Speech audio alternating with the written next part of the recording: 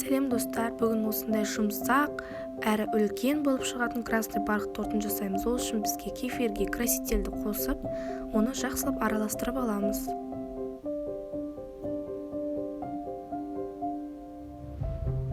Енді ұнымызға какаоны қосып, соданы, разрыхительді қосып, жақсылап араластырып, електен өткізіп аламыз.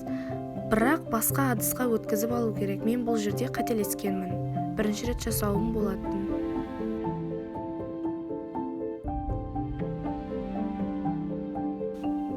Енді бөлек ыдысқа сливочное масламызды салып, кішкене тұз, кәдімгі күнбағыс майын құйып, шекерімізді салып, миксермен жақсылап бір келкі масса болғанша араластырып аламыз. Негізі торт жасар алдында сливочное масланы алдын ала шығарып қою керек, себебі жұмсақ болып тұру үшін. Енді 3 жұмыртқамызды жарып алып, оны да миксермен жақсылап араластырып аламыз. Енді бұл жерде негізі сұйық массамызды құю керек еді, яғни краситель мен кефирімізді. Одан кейін барып ұнымызды салу керек болатын, бірақ ештеңе қылмайды. Енді қалыпқа кәдімгі сливочное масланы жағып аламыз. Үстіне көз мөлшерімізбен осылай салып шығамыз. Енді бұны 180 градуста жарты сағаттай пісіріп аламыз. Міне осындай биіктікте корждар шығады. Менде 3 корж шықты. Енді оның кремі үшін бізге сметана керек. 1-2 минуттай араластырып, үстіне сахарная пудраны саламыз. Аз-аздан салып, бір келкі болғанша араластырамыз. Енді оған загуститель для сметаны деген қопсытқыштардың 4-еуін салып, жақсылап араластырамыз.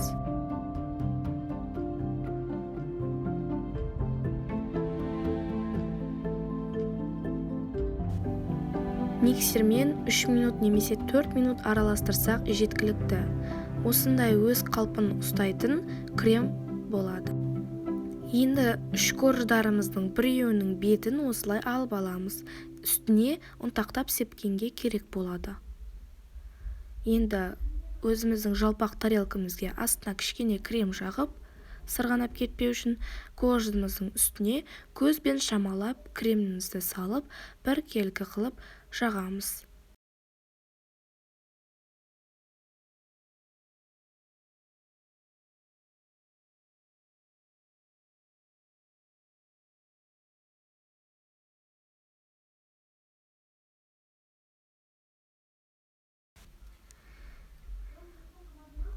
Негізінде корждың үстіне осылай сүт құйып шыққан өте абзал. Корждар жұмсақ әрі тәттілеу болып шығады.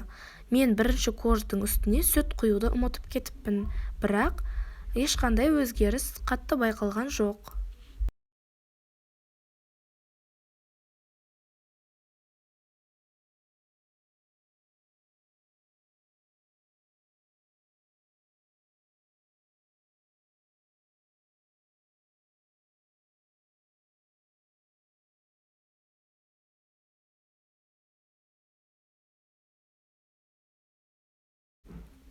Міне осылай биік торт шықты.